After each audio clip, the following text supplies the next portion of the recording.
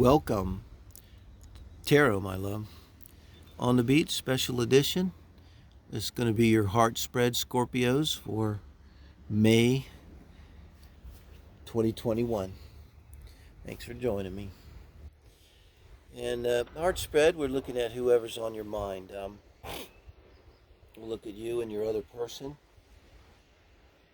Look at some of your dynamics and then get some advice for spirit about the relationship as a whole. So this is you in and around relationships, how you're showing up. Try to make that a little bit separate from your person. To kind of get a baseline on where you're at. Typically, this is not about this relationship. It's not like you're walking away. It's more like you recently, as you came into this relationship, or as you are coming into this relationship, you were walking away from another relationship. And it's often the way it is. It's not the best energy to enter a relationship with. It's not the worst. Technically, when you're 8 of Cups, you're supposed to go to the 9 of Cups and then go to the 10 of Cups. And the 9 of Cups is self-fulfillment, and then you go and bring in another person. So it kind of implies, too, a little bit. Sometimes we skip the 9 of Cups part and we go right to the 10 of Cups. Warrior person. Not good. Again, though, 7 of Swords. I don't think this is them cheating on you. It's more like the energy that they're coming into the relationship with, or did come into the relationship with, and that is the energy of they were cheated on, lied to, something like that. And once again, it's not a great energy to come into a relationship with, because you're bringing all that energy with you. It isn't resolved, here, and oftentimes, it ends up getting projected forward. Between the two of these, they always relate. Of course, this is you, this is your person. Already it looks like a relationship that could be like a rebound, possibly kind of for both people. Rebound sometimes will work, though. You can have a rebound relationship and you get married and stay married for 40 years. Relationships, I don't know, though. Once you're in the relationship, 5 of Wands. So that energy of bickering and arguing, that usually underlying that is some bigger energy of something going on in the relationship that you're not dealing with. Now, their energy is the Fool. Normally, man, I love the Fool, but this is their energy once they get into the relationship. Okay, now, if this had been their energy instead of the 7 of Swords and where they were at in and around relationships, coming into the relationships, I love it. This is the best, to me. But not in the position of once you're in the relationship. Because I get the feeling for them, they're with the Fool here, they're kind of escaping dealing with their shit from the past. This is really a rebound, the worst kind of rebound for them, because they're using it to avoid dealing with that stuff, and this may have something to do with what's going on with you guys, because the 5 of Wands is, you shouldn't feel this energy in a relationship. I'm not going to say ever. We all have arguments. But this is kind of trying to get a baseline of kind of what's going on in the relationship here. So it's more than just having an argument. It's like a combative sort of energy. Let's see what your advice is. Yeah, so very good. The Queen of Swords here is advice from the universe. This is for you in the relationship, Scorpios. The advice is you need to speak your mind here. A bit harshly, like take control. Maybe you haven't been saying what's on your mind. This can be, look. This is like you're bickering and arguing and walking on eggshells and broken glass and that kind of thing, because you're not saying what you really need to say. You're not saying what you really think. You're not saying what you really think and what you need to say because you're afraid that's going to hurt the relationship. It's going to maybe end the relationship. It's going to piss them off. But let me tell you about the Queen of Swords. She doesn't give a fuck. That's the energy you got to bring. That I'm saying it like that. It's like you got to get a little hard here. You got to say, I just don't give a fuck, because she just wants to say the truth, and she doesn't really care if it hurts her feelings. When that's what the Queen of Swords would say. Oh, I'm sorry, did I hurt your feelings? With the reality about our relationship and our life and something that's probably the most important thing in life. I mean, God forbid I actually said what I really feel about us. That's a Queen of Swords. Okay? Two of Pentacles. So this is the advice from the universe for your person or what's challenging them. And yeah, I could be juggling, but the advice from the universe is not going to be to juggle. I think the advice to them for the universe, they need to get in balance. They need to focus on themselves and get in balance. Focus on their pentacles. The Two of Pentacles can be just being in balance, the electrical engine, positive, negative. It takes some focus.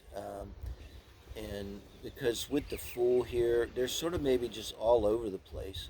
And it's almost like being grounded too. Like maybe they just need to be grounded and ground themselves so that they can deal with their past relationship stuff. Because that's a lot of what's going on here with them. Judgment. This is for the relationship as a whole. That's just kind of like before, these three cards, we're talking kind of about synastry in astrology. Now this is the composite chart. This is the relationship as a whole.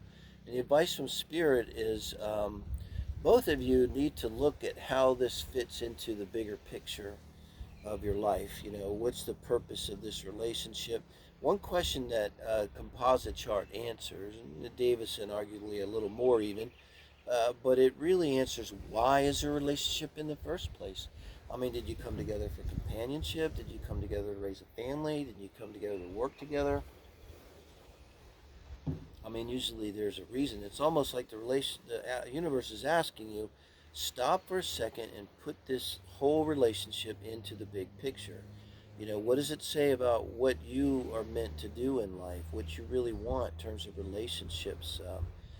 What you need to express for your soul's purpose.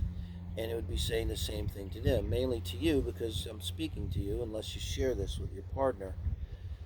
You know, in the Hierophant, it's promising you can have a marriage here. As I said, I mean, there's people who come in to a relationship in a really bad way, and they still work it out. So I don't know if I want to clarify that. If I clarify, it would be judgment, because I want to know what it is that you guys exactly have to do. Seven of Cups. I told you, man, you came in walking away from a relationship. They came in still all fucked up with a relationship, not resolved, no closure. Maybe both of you have no closure. And I'm clarifying the judgment here. And you're both fuzzy. You're both emotionally fuzzy. So it's like I said, this Queen of Swords, meaning you need to take control of this relationship. They're not going to do it. And you need to take control. And you need to tell them they need to be the Two of Pentacles. Maybe that's what the Queen of Swords tells them. Basically, it's kind of like the Queen of Swords saying, you seriously need to get your shit together. You know, you just need to know what day it is to your partner. You need to get your head out of your ass. You need to get your shit together if we're going to have a relationship. Because right now, you're like, maybe they're spacing all out. And with the judgment here, it's like, yeah, there is a relationship here, and it's very important. I mean, probably karmic, okay? But right now, you're just really, both of you are fuzzy about it. And you're in this kind of la-la land of what if and options. And, you know, they could be, maybe they're entertaining some emotional thought about the other person. Maybe that's why they don't want to deal with it. You know, sometimes it's as simple as that. If we don't want to really deal with the relationship and figure out what happened, because that's very important, you know, it's because we secretly or not so secretly, we don't want it to end. And we know, like, if we do the work and do the closure, then it's kind of over. It's kind of admitting, like, okay, it's over.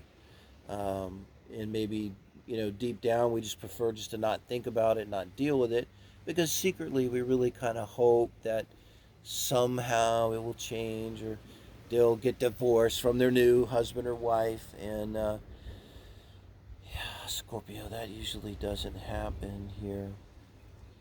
But you guys need to have the talk. And just something pop into mind. uh, Maybe some marriage counseling. I swear to God, someone to help you really put this into perspective here, and to help you, Scorpio, with your Queen of Swords mission here. So you're just not coming off being a bitch or a dick or something. In other words, get some perspective. And I don't know why, but I got like maybe one of you is religious or both. I mean, this could even be one of those like Christian counselors. Some of them are very good nowadays. I mean, it used to be just a disaster, I think. But I think a lot of the Christian counselors, I'm not really a Christian, but I think a lot of them, they have degrees in psychology and divinity, and they study, take courses and stuff in counseling and relationships. So I just got a feeling something like that. But there's a relationship here, um, particularly your person, Scorpio, um, just needs to get their head in the game. If it was a football game and there was a coach, they'd be grabbing them, shaking them, saying, "Get your head in the game," because we want to win, want to get married. Thank you, Scorpios, for joining me for your heart spread for May 2021. Love you guys.